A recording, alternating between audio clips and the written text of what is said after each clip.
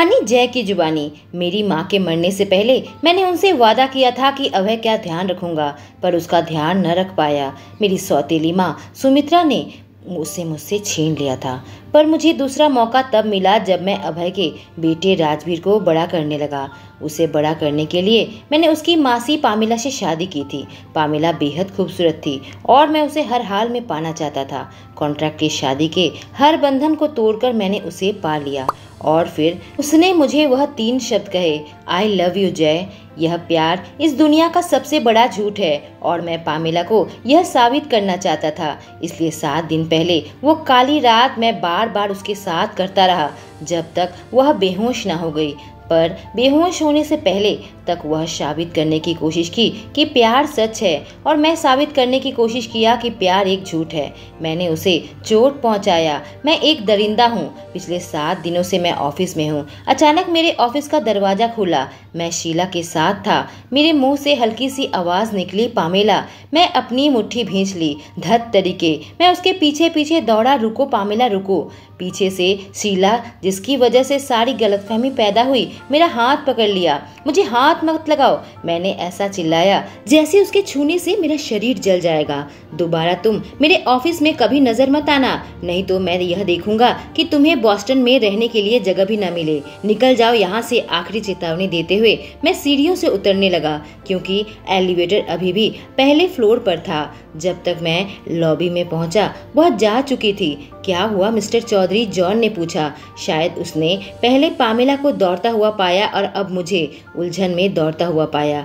किसने शीला को मेरे ऑफिस में भेजा? मैंने गुस्से से जॉन को देखा, जिसने रिसेप्शनिस्ट की तरफ देखा तो बात साफ हो गई थी। उधर से रिसेप्शनिस्ट ने कहा, सर वह औरत जो हरे कपड़े में आई थी, उसने कहा वो आपकी गर्लफ्रेंड है, इसलिए मैंने ऊपर भेज दिया था। मैं बिल्कुल अविश्वास के साथ उसे देखने लगा कि जॉन ने कहा, 1 मिनट, क्या तुमने यह बात किसी और से कही थी? उस रिसेप्शनिस्ट ने कहा, हाँ, जो औरत अभी यहाँ से चली गई वह मिस्टर चौधरी से मिलना चाहती थी, पर उसके पास अपॉइंटमेंट नहीं थी, इसलिए मैंने कहा वह अपनी गर्लफ्रेंड के साथ है। अब मुझे समझ आया कि उसे गलतफहमी क्यों है। मैंने फुफकारा, तुम्हें अभी नौकरी से निकालता हूँ। उसने मेरी ओर बिल्कुल शॉक्ड होकर देखा। कहा, क्या? शायद यह नई नई आई थी। अगर तुम्हें इतना भी नहीं पता कि तुम्हारे बॉस की पत्नी कौन है तो तुम घर बैठी बैठी गॉसिप मैगजीन पढ़ सकती हो, मैंने जवाब दिया। रिसेप्शनिस्ट ने कहा, सर। मैंने कहा, अगर कोई भी औरत मुंह उठाकर मेरे ऑफिस में चली आएगी और कहेगी मैं उसका बॉयफ्रेंड हूँ तो तुम मेरे ऑफिस का रास्ता दिखा दोगी? क्या इसी काम के लिए तुम्हें नौकरी पर रखा हूँ? क्या तुमने एक बार भी सोचा है कि मेरे सेक्रेटरी को फोन करके कंफर्म करोगी और जो औरत अभी यहाँ से निकल कर चली गई वह मेरी पत्नी है? जॉन, मेरे कार की चाबी दो। जॉन कांपता हुआ मुझे चाबी दिया। मैंने कहा, इस लड़की को अभी के अभी यहाँ से निकाल दो, इसके सारे पेमेंट क्लियर कर दो, मैं दोबारा इसकी शक्ल नहीं देखना चाहता। उसने कहा, ठीक है, और मेरे ऑफिस के 30 मिनट के सारे सीसीटीवी फुटेज निकालो। मैं 1 घंटे में इसे अपने विला में चाहता हूँ और उस टाइमिंग का प्रिंट आउट भी निकाल लेना जब शीला और पामिला मेरे ऑफिस के अंदर आई थी। जी मिस्टर चौधरी, जॉन ने कहा। मैं कार पर बैठकर पामिला को कॉल करने लगा, पर वह मेरा फोन नहीं उठा रही थी। कम ऑन पामिला, मुझे एक मौका तो दो खुद को साबित करने के लिए। अपनी गाड़ी की स्पीड बढ़ा दी इससे पहले कि वह घर छोड़कर चली जाए या कोई बेवकूफ़ी भरा काम करे। मैं ड्राइवर को कॉल करने की कोशिश की, पर वह भी फोन नहीं उठा रहा था। मैं उसे भी नौकरी से निकाल दूंगा। जब मैं अपने विला में पहुंचा,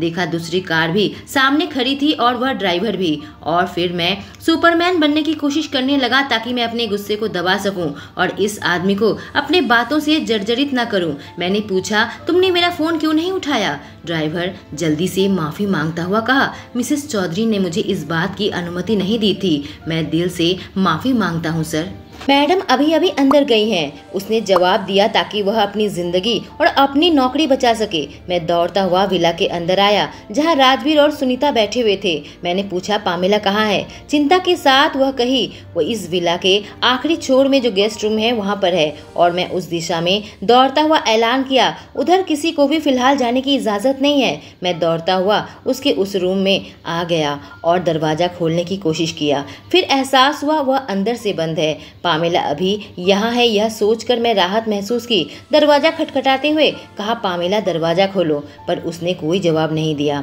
मैंने दोबारा से कहा, पामेला दरवाजा खोलो। जो राहत मैंने अभी महसूस की थी वो भाप बनता हुआ नजर आया। अगर उसने अपने साथ कुछ गलत कर लिया तो मुझे अपनी माँ का बेजान चेहरा याद आने लगा। मैंने दोबारा से कहा, पामेला दरवाजा खोलो, पर कोई जवाब नहीं आया। अब की बार मैंने गुस्से से दरवाजा जोर जोर से बजाया। कहा, पामेला दरवाजा खोलो वरना मैं तोड़ दूंगा। उधर से उसकी आवाज आई, मुझे अकेला छोड़ दो। अब मुझे राहत महसूस हुई। वह ठीक है। मेरे पैर बेजान महसूस होने लगे थे। मैंने बहुत प्यार से कहा, पामेला मुझे एक मौका तो दो सब कुछ बताने का। उसकी आवाज आई, तुम्हारे पास पूरे 1 हफ्ते थे जय, पर तुम कभी मेरे पास वापस नहीं आए। क्या इसी औरत के साथ थे या किसी और औरत के साथ? मैंने काटते हुए कहा, पामेला मैं किसी के साथ नहीं। वह बीच में टोकी, वह तुम्हारी एक्स है। नहीं नहीं, तुम अभी उसके साथ हो, सही ना? मैंने कहा, किसने तुम्हें उसके बारे में ऐसा बताया? इससे फर्क नहीं पड़ता कि किसने उसके बारे में मुझे बताया, पर तुमने मुझे झूठ कहा, पामेला ने कहा। मैं समझाने की कोशिश की, पामेला तुम जैसा सोच रही हो वैसा नहीं है। मैं उससे बस एक बार मिला था, वो भी 2-3 महीने पहले। मुझे नहीं पता आज वह मेरे ऑफिस में क्यों आई थी, पर मैं कसम खाता हूँ मैं उसे नहीं बुलाया। दरवाजे की दूसरी साइड में उसने पूछा, सच में? तो वह तुम्हारे ऊपर इस तरह से चढ़कर और तुम्हें ऐसे छूकर क्या कर रही थी? तुम यह पसंद नहीं करते कि लोग तुम्हारे पर्सनल स्पेस में आए, लेकिन तुम उसे जरूर पसंद करते हो, तभी तुमने उसे अपने करीब आने दिया। पामेला, यह मेरे लिए भी सरप्राइज था। उसने रिसेप्शनिस्ट को एक कहानी बताई और मेरे ऑफिस तक पहुंच गई, और फिर मेरे टेबल के साइड में आकर मुझे कोई फाइल दिखाने लगी कि तभी उसका टखना मुड़ा और वह मेरे ऊपर आकर गिरी। पर इससे पहले कि उसे धक्का दे पाता तुम अंदर आ गई और सब गलत समझ लिया। और अगर मैं अनजाने में बीच में ना आती तो तुम दोनों उससे आगे बढ़ जाते। सही कहा ना? उसने मुझे टोंट किया। वह सुनने को तैयार न थी, न ही मुझ पे विश्वास कर रही थी। बस करो, मैं अपनी मुट्ठी भींचकर दरवाजे में मारा। अब खुद को शांत नहीं रख पा रहा था। मैंने कहा, तुम्हें किसने कह दिया कि वो मेरी एक्स थी और मैं उसके साथ डेट करता था? उसने कहा, झूठ। मैं तुमसे पहले किसी भी लड़की के साथ डेट नहीं किया।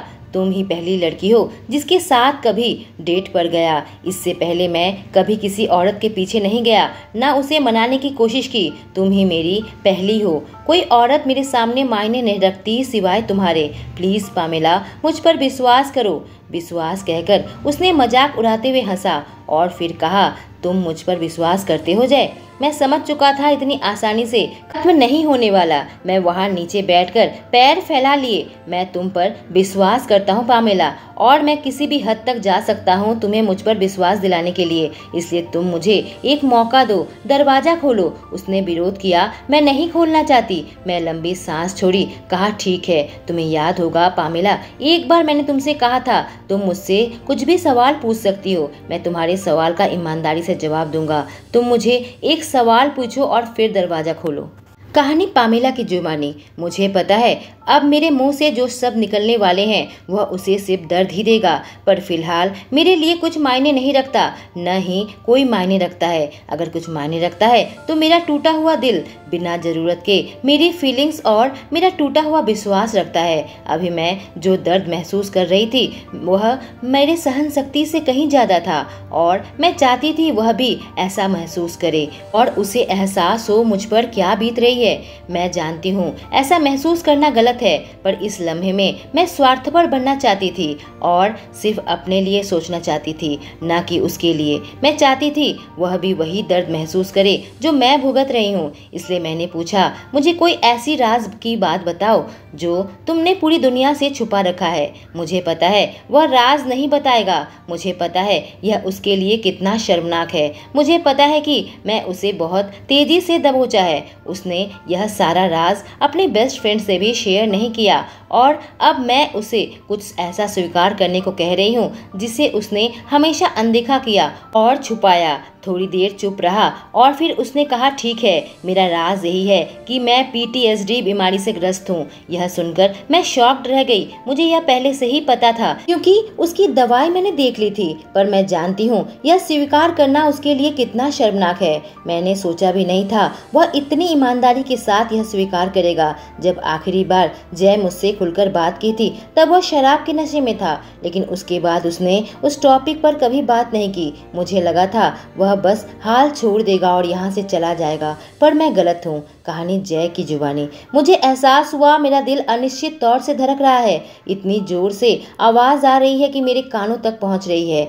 मेरे पैर सुन्न पड़ने लगे और मेरी दृष्टि धुंधली पड़ने लगी। मैंने एक छोटा सा दवाई का बोतल निकाला जो डॉक्टर ने प्रिस्क्राइब किया था और एक दवाई ली और फिर अपने सांसों पर ध्यान केंद्रित करने लगा। अतीत के उन दृश्य की वजह से मैंने अपनी जिंदगी में बहुत कुछ खोया था। मेरा बचपन, मेरे दोस्त, लोगों से वह दुलार और भी बहुत कुछ। लेकिन इस बार अगर उस हादसे को याद करके मैं पामेला को अपनी जिंदगी में वापस पा सकता हूँ तो मैं तैयार हूँ। इससे ज्यादा दर्दनाक मेरे लिए और कुछ नहीं होगा। पामेला मुझे छोड़कर चली जाए और मैं फिर से अकेला हो जाऊं। यह स्वीकार करते हुए मैं गहरी सांस भरी। ठीक है, मेरा राज यही है कि मैं PTSD बीमारी से ग्रस्त हूँ।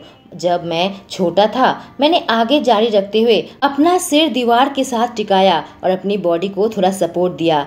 मेरी माँ ने मुझे वादा किया था कि वह मुझे कभी छोड़कर नहीं जाएगी, लेकिन फिर वह मर गई। उसने मुझसे दवाई मांगी थी और मैंने उसे पूरी बोतल पकड़ा दी, यहाँ तक कि उसे एक ग्लास पानी दिया था ताकि दवाई को निगल सके, जिसके लिए उनको रिएक्शन हुआ और उनकी जिंदगी चली गई। मैं अपने घुटनों को अपने सीने के पास लाकर अपने हाथों को पैर के साथ मोड़ लिया और खाली जगह पर देखने लगा ताकि उस दिन को याद कर सकूं। उस दिन आंखें बंद करने से पहले माँ मुझे देखकर मुस्कुराई थी और मेरे लिए उनके मुंह से आखिरी शब्द निकले थे, आई लव यू। यह कहते हुए मैं हास्यकर तरीके से हंसा और मैंने उन्हें जवाब दिया था, आई लव यू टू। देखो, उसने मुझे अकेला छोड़ दिया। जब मैंने आंखें खोली थी तो उनकी ठंडी और बेजान शरीर बिस्तर पर पड़ी हुई थी। उनके शरीर की उष्मा शेष नहीं थी। तो यह 3 शब्द कुछ और नहीं बल्कि एक झूठ है, दुनिया का सबसे बड़ा झूठ। लोग इन शब्दों का इस्तेमाल बस एक दूसरे के जज्बातों को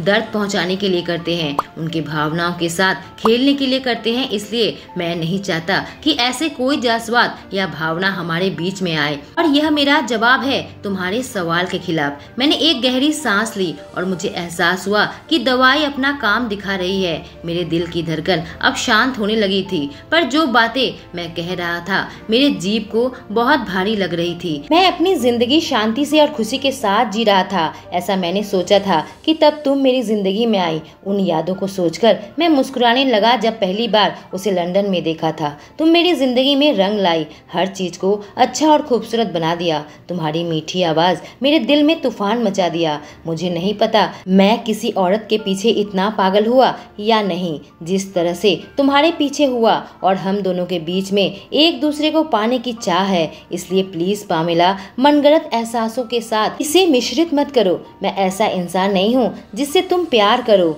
मैं तुम्हारे योग्य नहीं हूँ। मुझे तुम्हें पाने का हक नहीं है। मैं जानता हूँ मैंने बहुत गलती की, तुम्हारे साथ मुझसे शादी के लिए दबाव डाला और मैंने यह दबाव अपने स्वार्थपर कारणों की वजह से दी। मैंने एक गहरी सांस ली, फिर जारी रखा। मेरी माँ ने मरने से पहले मुझसे वादा लिया था कि मैं अपने भाई अभय का ध्यान रखूंगा और मैंने उससे वादा किया था कि मैं अपने भाई से प्यार करूंगा, पर मैं अपना वादा पूरा नहीं कर पाया। मैं हार गया और सीधे सीधे सोचने समझने की शक्ति खो बैठा। और जब मुझे अभय के बेटे राजवीर के बारे में पता लगा, यह मेरे लिए दूसरा मौका था अपनी माँ से किया हुआ वादा निभाने का। और मैं तुम पर शादी के लिए दबाव इसलिए बनाया था क्योंकि मुझे पता था कोई भी राजवीर से वैसे प्यार नहीं करेगा जैसे तुम करती हो। तुम इतनी पवित्र हो और इतनी मासूम हो मेरे लिए। जो खुशियाँ मुझे कभी महसूस नहीं हुई थी वो तुमने महसूस करवाई। तुम्हारी मुस्कुराहट मेरे दिल के अंधेरे कोने को भी रोशन करती है। मैं जानता हूँ तुम इससे अच्छा पाने की योग्यता रखती हो, पर मैं तुम्हें जाने नहीं दे सकता। राजवीर की वजह से नहीं, क्योंकि अगर तुम चली गई तो मैं वह खुशियों को जो मैं पिछले महीने से महसूस कर रहा हूँ, वह रोशनी, वह रंग जिसने मेरी दुनिया बदल दी, वह भी तुम्हारे साथ गायब हो जाएगी। और मुझे डर है कि मैं सब कुछ खो दूंगा, वह हर एक भावना जो तुमने मुझे सिखाया। मैं दोबारा से वह खालीपन महसूस नहीं करना चाहता। मैं तुम्हें नहीं जाने दे सकता, चाहे इसके लिए मुझे कितना भी कोशिश करना पड़े, कितनी मजबूती से भी तुम्हें पकड़ना पड़े। मैं तुम्हें कभी नहीं जाने दूंगा। मेरी आंखें बहुत भारी लग लग रही थी, इसलिए मैंने अपनी आंखें बंद कर ली। कभी नहीं जाने दूंगा। मैंने आज तक इतनी थकावट कभी महसूस नहीं की, इतना बेबस खुद को कभी महसूस नहीं किया। पिछले 1 हफ्ते से मैं दिन रात ऑफिस में काम कर रहा हूँ, नए प्रोजेक्ट शुरू कर रहा हूँ, नए कॉन्ट्रैक्ट साइन कर रहा हूँ। काम ही ऐसी चीज है जो मुझे घर आने से रोक सकती थी। पामेला के पास आता और उसकी बाहों में पिघल जाता, पर उसे प्यार की जरूरत है और वह इकलौती चीज है जो मैं उसे नहीं दे सकता। अब मैं बहुत थक गया हूँ। कहानी पामेला की जुबानी। और दरवाजे की उल्टी साइड में मैं बैठी हुई थी। मैं चुपचाप बैठी हुई थी। मेरे आंसू मेरे गुलाबी गाल से होते हुए नीचे गिर रहे थे और अब मुझे समझ आया कि क्यों प्यार के 3 शब्द उसके लिए इतने बुरे सपने जैसा है। अब मुझे समझ आया पिछले 1 हफ्ते से वह ऐसा बिहेव क्यों कर रहा था। और फिर मैंने वह फोटोज देखे जो उसने दरवाजे के नीचे से मेरे पास भेजे थे। मैंने देखा उसमें शीला मेरे आने से ठीक 5 मिनट पहले लॉबी के अंदर आई थी। उसने कहा यह प्रमाण है उसके निर्दोष होने का, और अगर मुझे और प्रमाण चाहिए तो वह कुछ भी करके यह साबित करेगा कि वह बेकसूर है। पहले मैंने यह सोचकर दरवाजा बंद किया था कि उसकी शक्ल नहीं देखना चाहती, पर अब मुझे यह समझ नहीं आ रहा मैं दरवाजा खोलकर क्या करूंगी। उसे उसकी हद तक एक निर्दयी की तरह ढकेल कर मैं उसका सामना कैसे करूंगी। मैंने अपना सर दरवाजे पर टिकाया और मेरी आंसू की बूंदें गिरना जारी रखा। हम दोनों ही दरवाजे के अलग अलग साइड में जाने कितनी देर तक बैठे रहे, क्योंकि ना ही हमें कोई आइडिया था और न ही हम श्योर थे कि आगे क्या करना है। कहानी जय की जुबानी। मैंने सुना किसी ने मेरा नाम लेकर पुकारा, जय जय। मुड़कर देखा तो मेरी माँ मेरे पास खड़ी थी और मेरा छोटा सा रूप खड़ा था। कहा माँ। माँ ने कहा आई लव यू बेटा। I love you too mummy. मैंने जवाब दिया और अगले ही पल वह औरत कफन में थी। एक छोटा सा बच्चा रोने लगा, माँ मुझे मेरी मम्मी के पास जाना है। बदमाश लड़के, मैंने देखा मेरे पापा मेरे कॉलर पकड़कर खींच रहे हैं। तुमने उसे मारा, गधे कहीं के। मैं नहीं मारा, मैंने दोबारा दोहराया, नहीं मारा। हमें अभय को इससे दूर रखना पड़ेगा, यह खतरनाक है। मेरी सौतेली माँ सुमित्रा ने बीच में काटा। यह इन सब को मार डालेगा जो उसके करीब रहेगा। तुम कुछ और नहीं बल्कि एक अभिशाप हो जाए उन लोगों के लिए जो तुम्हारे आसपास रहेंगे। अब मेरी माँ की आवाज आई, तुमने मुझे मार डाला। मैं रोने लगा, मम्मी मैंने ऐसा नहीं किया। मेरे पूरा शरीर पसीने से नहा गया। मेरे दिल की धड़कन पागलों की तरफ धड़कने लगी। आंखें खोलकर मुझे एहसास हुआ मैं गेस्ट रूम के बाहर बैठा हुआ हूँ। अपने लड़खड़ाते कदमों के साथ उठा। कमरे के अंदर जाकर देखा वह खाली था। वह मुझे छोड़ गई। मैंने दोहराया, वह मुझे छोड़ गई। मैं बिल्कुल शॉक्ड और अविश्वास में था। मैं सामने पड़ी वास को उठाकर और दीवार पर जोर से दे मारा और उसके हजारों टुकड़े हो गए, जैसे वह मेरे दिल के हजारों टुकड़े करके चली गई। वह मुझे छोड़कर चली गई। मैंने गुस्से से शीशे पर एक मुक्का मारा, इस बात की परवाह किए बिना कि मेरे हाथों में वह चुभ गए। उसने भी मुझसे वह 3 शब्द कहे थे और फिर मुझे अकेला छोड़ गई। उसने भी मेरी माँ की तरह मुझसे झूठ कहा। झूठी कहेंगी। मैं फिर से अपनी मुट्ठी टूटे शीशे में दे मारी। तभी ध्यान आया राजवीर, पर राजवीर के बिना वह नहीं जाएगी। राजवीर पुकारता हुआ मैं कमरे से बाहर निकला। राजवीर, मैं दोबारा पुकारा पर कोई जवाब नहीं आया। सुनीता किचन में चिंतित होकर बाहर आई। पूछी, क्या बात है जय? राजवीर कहाँ है? मैंने पूछा। उसने कहा राजवीर अभी अभी पामेला के साथ बाहर निकला है। तुमने उसे क्यों जाने दिया? मेरी आवाज से सुनीता थोड़ी कांप उठी थी। वह सिर्फ बाहर निकले हैं। इससे पहले कि वो अपनी बात पूरी कर पाती मैं दौड़ता हुआ घर से बाहर निकला, अपनी कार तक पहुंचकर इस उम्मीद से कि मैं उन तक पहुंच जाऊं, इससे पहले कि उन्हें हमेशा के लिए खो दूं। जैसे ही कार का दरवाजा खोला मैंने देखा मेरी पत्नी और मेरा बेटा गेट से घर के अंदर प्रवेश कर रहे थे। बिना कुछ सोचे समझे मैं उनकी ओर दौड़ा। तुम दोनों कहाँ थे? मैंने इतनी जोर से पामेला पर चिल्लाया कि मेरी आवाज से बच्चा तक डर गया। बच्चा रोने लगा और अपना सर पामेला के सीने पर रख दिया। बेटा सब ठीक है, मैं यहाँ हूँ तुम्हारे पास, शांत हो जाओ बेटा। पामेला ने उसे चुप कराने की कोशिश की। तब तक सुनीता दौड़ती हुई बाहर आई। पामेला की गोद से राजवीर को लिया, कहा तुम दोनों आपस में बात करो, तब तक मैं बच्चे को संभालती हूँ। मैं उसे अंदर लेकर जाती हूँ। बच्चे को बहलाते हुए वह अंदर ले जाने लगी। कहा तुम्हारे मम्मी पापा को मैं डांट दूंगी। राजवीर के अंदर जाते ही मैंने पामेला का हाथ पकड़ा और लगभग खींचते हुए उसे घर के अंदर लाने लगा। मुझसे कदम मिलाने के लिए वो लगभग दौड़ रही थी। आखिरकार मैं अपने कमरे के अंदर आकर रुका और दरवाजा बंद कर दिया। मैंने उसे दीवार के खिलाफ पटका और उसके दोनों कलाइयों को अपने हाथों से पकड़ा। उसके दोनों हाथों को उसके सिर के ऊपर दीवार के साथ टिकाया। दूसरे हाथ से उसकी कमर पकड़कर उसे अपने करीब खींचकर भयानकता के साथ उसे चूमने लगा। वह एक जुनूनी चुंबन था, जैसे कि मैं उस पर अपने निशान लगा रहा हूँ कि वो मेरी है। यह किस एक सजा के तौर पर थी कि वह अपना वादा तोड़ रही है। जब मैं उसे आखिरकार छोड़ा, उसकी सांस लगभग रुक गई थी। अभी वैसे ही चिपका हुआ मैंने गुस्से से पूछा, तुम कहाँ गई थी? उसने कहा, मैं बस कुछ खरीदने गई थी। मैंने कहा, अगर तुम्हें कुछ चाहिए तो बस ड्राइवर से कह दो, तुम्हें इस विला से बाहर कदम रखने की जरूरत नहीं है। वह मेरी तरफ देखकर कही, जय, यह पागलपन है। मैंने अपनी आंखों से उसे जलाता हुआ कहा, तुम्हें जो कहना है कहो, पर मेरी नजर से तुम दूर नहीं जाओगी। कहानी पामेला की जुबानी। मुझे उसके हाथों में कोई चिपचिपी सी चीज महसूस हुई। देखा, वह उसका खून है। मैंने कहा, जय, तुम्हारे हाथों से खून बह रहा है, हमें डॉक्टर के पास चलना होगा। उसने कहा, नहीं, तुम कहीं नहीं जाओगी, तुम मेरी आंखों से ओझल नहीं होगी। मैं वहीं बैठी उसके घाव साफ करने लगी, पर उसने एक पल के लिए मुझसे नजरें नहीं हटाई। वह डरा हुआ था कि एक पल के लिए भी नजरें हटाई तो कहीं मैं उसकी आंखों के सामने से गायब न हो जाऊं।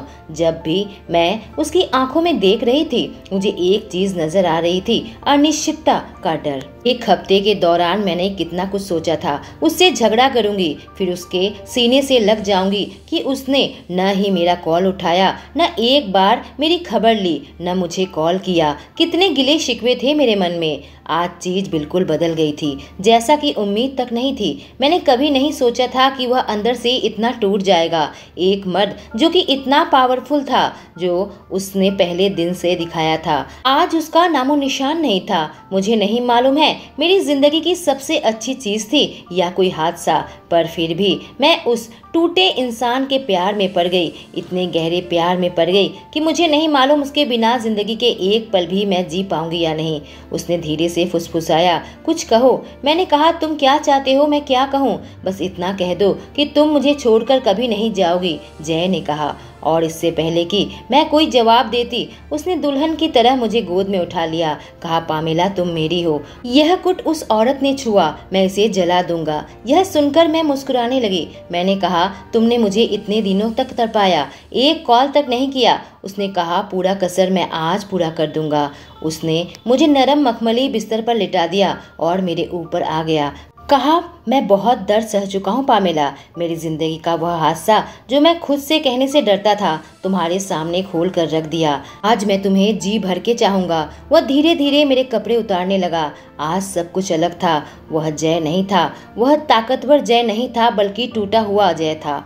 मैंने झट से उसे अपने करीब खींचा और उसके होठों में अपने होंठ रख दिए। मैं उसके सारे दर्द पी जाना चाहती थी। उसके जिस्म को धीरे धीरे चूमने लगी। आज उसकी आंखों में आंसू आ गए। मैं उसके आंसू पीने लगी और धीरे धीरे उसके प्यार के दलदल में डूबने लगी और धीरे धीरे वह लंबी होती चली गई। जब हम दोनों अपने चरम पर पहुंचे, उसके बाद मैंने उसकी खूबसूरत भूरी आंखों में देखकर कहा, आई लव।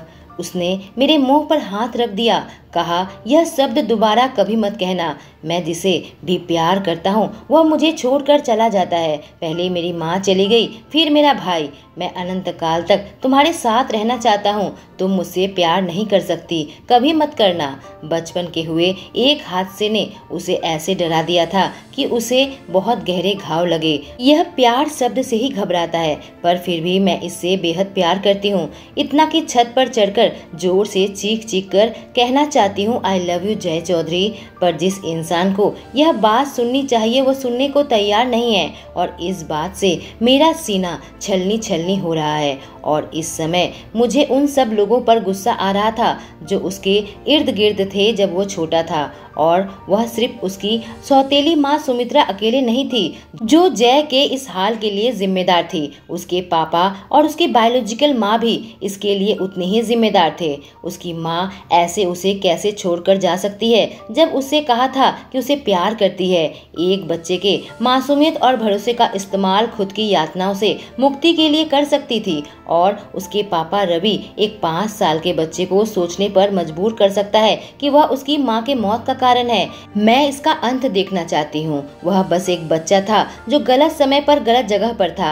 जय के सीने पर मैंने अपना माथा रखा था। उसने मुझे पकड़ रखा था, कहा तुम्हें कभी नहीं जाने दूंगा, और मेरे माथे को चूमा। मैं कहना चाहती थी मुझे जाने मत देना, पर मैं इतनी थक गई थी कि गहरी नींद में चली गई और मेरी बात अधूरी रह गई। दोस्तों, इस कहानी के सारे भाग मैं कमेंट सेक्शन में पिन कर दूंगी। कहानी कैसी लगी कमेंट करके ज़रूर बताइए।